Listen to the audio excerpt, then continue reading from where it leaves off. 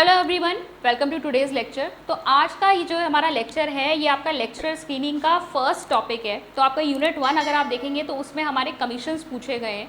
तो सबसे पहला जो कमीशन है हमारा, जो इसके बारे में हमें पढ़ना है, वो है आपका यूनिवर्सिटी एजुकेशन कमीशन, जिसे हम राधाकृष्णन कमीशन के नाम से भी जानते हैं। अब ये कमीशन जो था आपका, ये हमारे स्वतंत्र भारत का पहला एजुकेशन कमीशन है। इससे पहले तक हमारी ब्रिटिशर्स की जो पॉलिसीज़ थी वो चल रही थी और वही हमारे एजुकेशन सिस्टम में लागू थी। अब क्या करना था, 49 में जब हमारा भारत आज़ाद हुआ तो अब ये ज़रूरत महसूस हुई कि अब हमें क्या करना है, अब हमें अपना जो एजुकेशन सिस्टम है उसमें भी सुधार लेकर आने हैं। उस एजुकेशन सिस्टम में देखना है क्या क्या चेंजेस हो सकते हैं, रीस्ट्रक्चर करना है उसको। तो उसके लिए हमारा अपॉइंट किया गया था यूनिवर्सिटी एजुकेशन कमीशन, जिसे हम राधाकृष्णन कमीशन के नाम से जानते हैं। साल यहाँ पर क्या क्या है, 1948-49। पहला जो ईयर होगा वो आपका अपॉइंटमेंट का ईयर है। दूसरा ईयर वो होता है जब इन्होंने अपनी रिपोर्ट सबमिट की होती है। ठीक है, आगे बढ़ेंगे और देखेंगे आपका किसने अपॉइंट किया था। तो भारत सरकार ने अपॉइंट किया था। किसकी एडवाइस पर अपॉइंट किया था? कैब यानी central advisory board of education और inter university board of education IUBE की एडवाइस के ऊपर, इनकी सजेशंस पर इन्होंने इसे अपॉइंट किया था। इस आयोग को अपॉइंट किया था 1948 में। चेयरमैन जो थे इसके वो थे डॉक्टर राधाकृष्णन, और इसीलिए इसे राधाकृष्णन कमीशन के नाम से जाना जाता है। This commission made a number of significant recommendations, बहुत ही इंपॉर्टेंट रिकमेंडेशंस इन्होंने दी थी।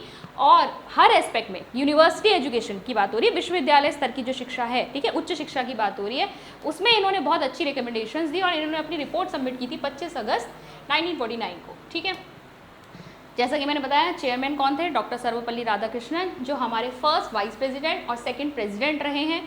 खुद भी एक शिक्षक थे और इनके जन्म दिवस को यानी 5 सितंबर को हम टीचर्स डे के रूप में भी मनाते हैं। ठीक है, अब देखिए ऑब्जेक्टिव, उद्देश्य क्या था इनका। तो ऑब्जेक्टिव क्या था, इंडियन यूनिवर्सिटीज़ जो हैं उनमें कैसे सुधार लाया जा सकता है, इस समय प्रेजेंट सिचुएशन क्या है, क्या रिक्वायर्ड है, क्या चीज़ों की ज़रूरत है, और फ्यूचर रिक्वायरमेंट्स जो हैं कंट्री की हम कैसे फुलफ़िल कर सकते हैं, उसके बारे में इन्हें अपनी राय देनी थी। ठीक है, तो अगर हम ओवरऑल अगर चेक करें तो इन्होंने क्या देखना था कि कंटेम्प्रेरी इंडिया यानी उस समय जो इंडिया में यूनिवर्सिटीज़ थी वहाँ पर क्या शॉर्टकमिंग्स है, क्या दिक्कतें हैं, उनको फाइंड आउट करना।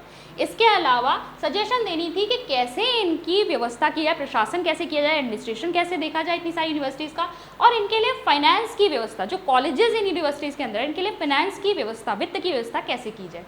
To give suggestions about restructure of higher education, उच्च शिक्षा का जो हमें पुनर्संरचना करनी है वो किस तरीके से की जाए। इसके अलावा एम्स क्या होने चाहिए हायर एजुकेशन के, उच्च शिक्षा के क्या यहाँ पर हमारे लक्ष्य होने चाहिए। Suggest measure to raise the teaching standard of higher education, उच्च शिक्षा में हमें क्या करना है, शिक्षण की गुणवत्ता को बढ़ाना है। तो शिक्षण की गुणवत्ता कैसे बढ़ेगी उसके लिए इन्हें अपनी सजेशंस देनी थी।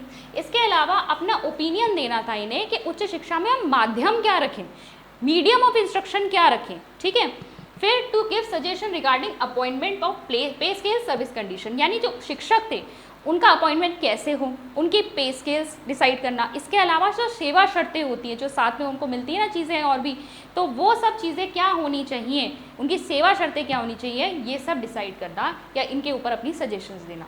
To check solution the widespread of indiscipline among the students. तो उस समय क्या था, स्टूडेंट्स के अंदर ना बहुत ज़्यादा अनुशासनहीनता थी।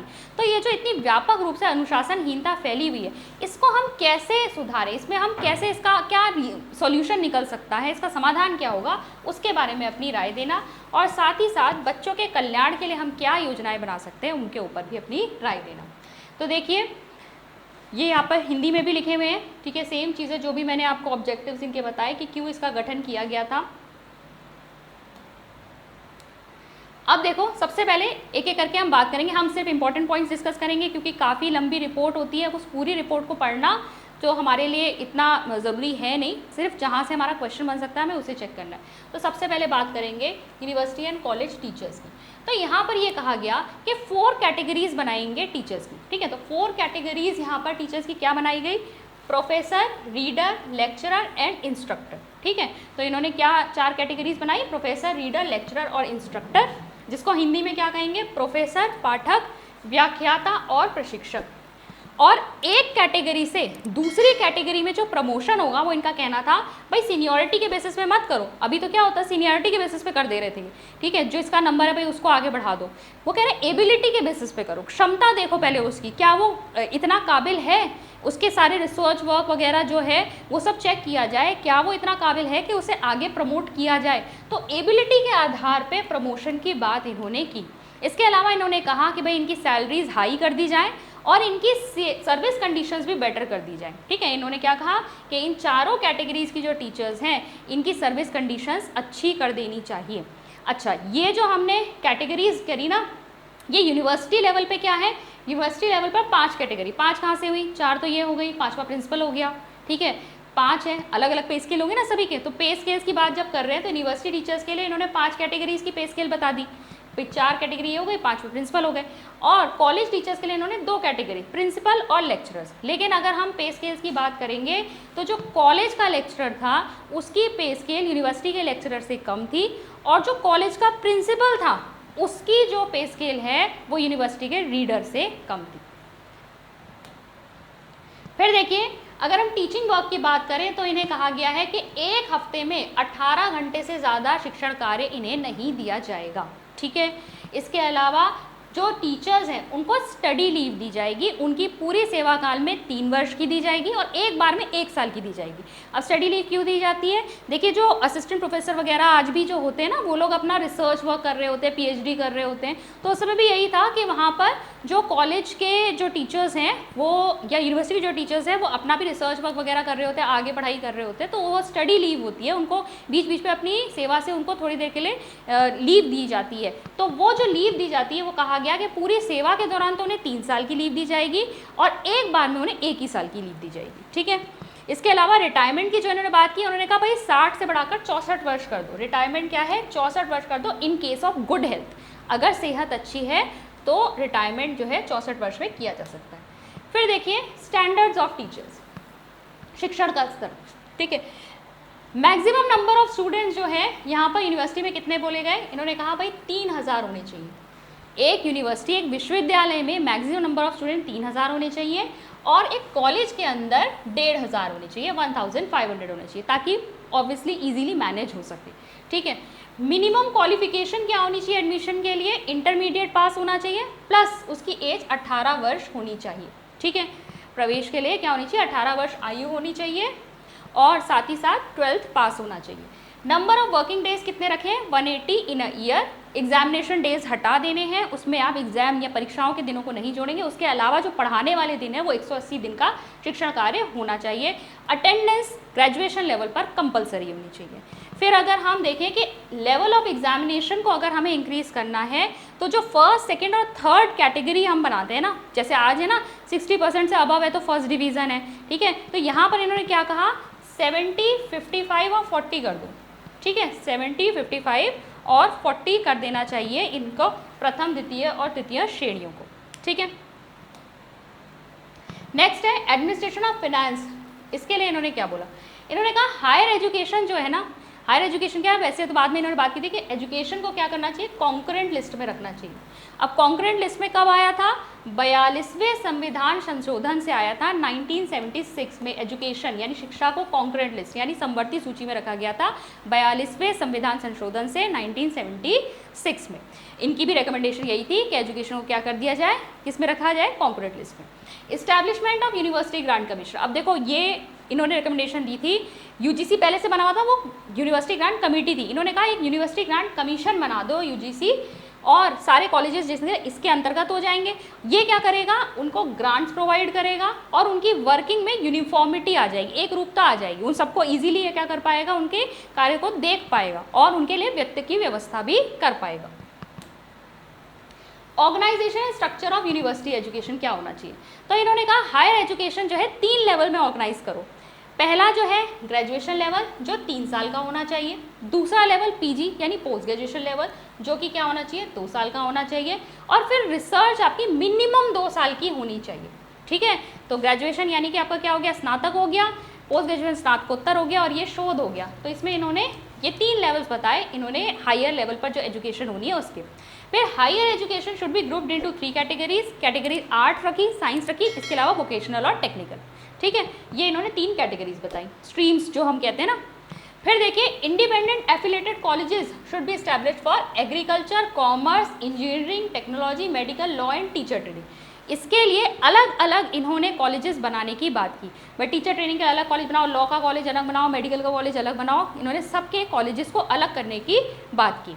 इसके अलावा इंग्लिश और नेशनल लैंग्वेज हिंदी कंपलसरी करने की बात की ग्रेजुएशन लेवल पर। अब देखो यहाँ पर हम क्यों कह रहे हैं कि इंग्लिश को भी इन्होंने कंपलसरी क्यों किया, हिंदी को तो करना ही था क्योंकि हमें अपनी भाषा को जो है आगे बढ़ाना है। अब इंग्लिश को यहाँ पर करने का मकसद ये था कि बहुत सारी बुक्स जो हैं वो सिर्फ उस समय इंग्लिश में ही अवेलेबल होती थी।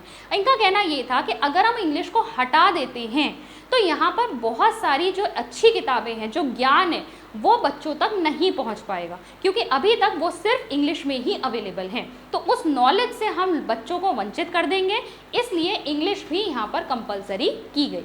फिर देखिए the medium of instruction for higher education should be regional language. इसके अलावा मीडियम ऑफ इंस्ट्रक्शन के लिए क्या कहते हैं, भाई क्षेत्रीय भाषा को आप मीडियम ऑफ इंस्ट्रक्शन बना लीजिए।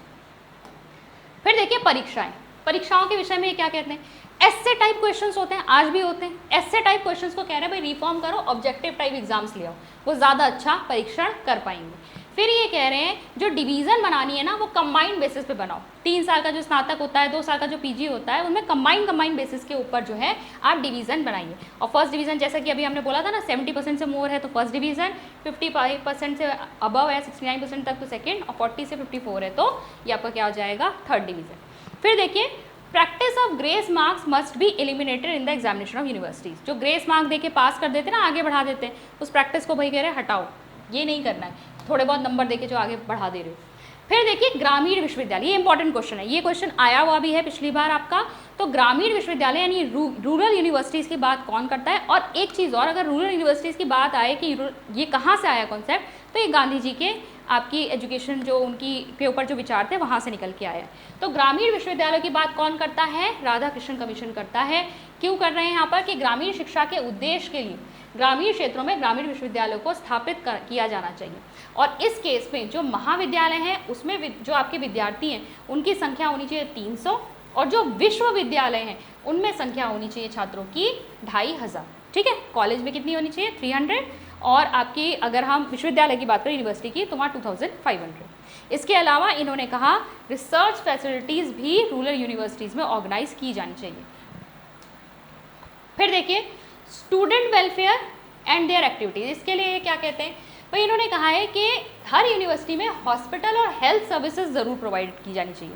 ठीक है, हर यूनिवर्सिटी में क्या हो, विश्वविद्यालय में जो वहाँ पर चिकित्सा और स्वास्थ्य की सेवाएं हैं उनको उपलब्ध कराया जाए। इसके अलावा स्कॉलरशिप दी जाए, जो पुअर स्टूडेंट्स हैं जिन्हें छात्रवृत्ति की आवश्यकता है उन्हें छात्रवृत्ति दी जाए ताकि वो अपनी शिक्षा बीच में छोड़े नहीं, आगे बढ़ें। और इसके अलावा 2 वर्ष 2 years of physical education required है स्टूडेंट्स के लिए, ये उनकी हेल्थ के बेनिफिट्स के लिए है। सभी महाविद्यालय और विश्वविद्यालयों में उनके लिए छात्रावास की सुविधा, हॉस्टल की फैसिलिटी होनी चाहिए। स्टूडेंट यूनियन फॉर्म की जानी चाहिए यूनिवर्सिटीज़ में, और इनको जो पॉलिटिक्स है उससे दूर रखना है। आजकल भी हम बहुत देखते हैं कि जो कॉलेज में आपके बनते हैं ना यहाँ पर छात्र नेता वगैरह, इन सारे ग्रुप्स में यहाँ के पार्टीज़ में जो आपकी बीजेपी, कांग्रेस, इन सब पार्टीज़ का जो आपकी वैसे स्टेट लेवल की, नेशनल लेवल की पार्टीज़ होती हैं, इनका बहुत ज़्यादा हस्तक्षेप होता है, तो इससे इन्हें दूर रखना है। स्टूडेंट यूनियंस बनाइए, लेकिन ये जो पॉलिटिक्स है इससे इनको दूर रखिए।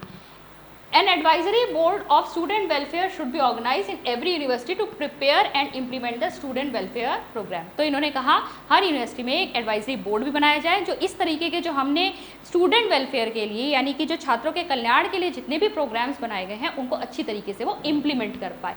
ठीक है, प्रॉपर अरेंजमेंट ऑफ प्लेग्राउंड और जिम्नासियम भी होना चाहिए ताकि बच्चों की हेल्थ के जो है वो एकदम सही रहे, यानी फिजिकल एक्टिविटीज़ की आपको उन्हें सुविधा प्रदान करनी है। और साथ ही साथ NCC should be established in all colleges and universities and student should be encourage to become its member. तो हम जानते हैं कॉलेज में आज भी एनसीसी एनएसएस वगैरह है ही, तो उस समय के लिए भी ये बात की गई थी कि एनसीसी एनएसएस वगैरह ये सारी चीज़ें जो है ज़रूर यहाँ पर लेके आनी चाहिए। यहाँ पर एनसीसी की बात की गई, एनसीसी लानी चाहिए। फिर देखिए विमेन एजुकेशन के बारे में भी ये बात करते हैं। The curriculum of women education should be include home management, economics and nutrition. तो यहाँ पर जो लड़कियों की शिक्षा है उसके लिए जो उन्होंने करिकुलम डिसाइड किया है, उन्होंने कहा है इस करिकुलम में ये चीज़ें इंक्लूडेड होनी चाहिए, ठीक है। गृह प्रबंधन कैसे हो, घरेलू अर्थशास्त्र और पोषण शामिल हो, क्योंकि उस समय जो ज़्यादातर फीमेल लोग जो वर्क करते थे वो इसी तरीके का काम करते थे। ज़्यादातर हम देखते नहीं हैं कि वो हम 40 उस समय की बात कर रहे हैं, 48, 49 हम इस समय की बात कर रहे हैं, वहाँ पर स्वतंत्र भारत की भी बात करें तो लड़कियों को उतनी ज़्यादा जो बाहर की एक्टिविटीज़ थी उसमें इन्वॉल्व नहीं होने देते थे। तो यहाँ पर अगर हम विमेन एजुकेशन की बात करें तो उसमें करिकुलम जो रखा गया वो कैसा रखा गया है, जो उनको हाउस मैनेजमेंट में ज़्यादा हेल्प करे। फिर महिलाओं की शिक्षा का मुख्य उद्देश्य उन्हें अच्छी माँ और अच्छी गृहिणी बनाना होना चाहिए, ये भी इस कमीशन की कहना था। हालांकि इसको हम एक नेगेटिव पॉइंट के रूप में भी देखते हैं, अगर आप इनके डीमेरिट्स कभी पढ़ेंगे तो ये वहाँ पर देख सकते हैं कि विमेन एजुकेशन के बारे में हालांकि ये फेवर में थे कि विमेन को भी एजुकेट करना चाहिए, लेकिन कहीं ना कहीं उन्होंने ये बात भी कही थी, ठीक है। तो ये आपके राधाकृष्णन कमीशन के इम्पॉर्टेंट पॉइंट्स हैं। तो हमने इसमें से जो भी आपके क्वेश्चन बन सकते हैं उसके अकॉर्डिंग हमने इस कमीशन के बारे में सारी चीज़ें जानी। आई होप आपको क्लियर हुई होंगी। मैं मिलती हूँ आपसे नेक्स्ट वीडियो में। Thank you.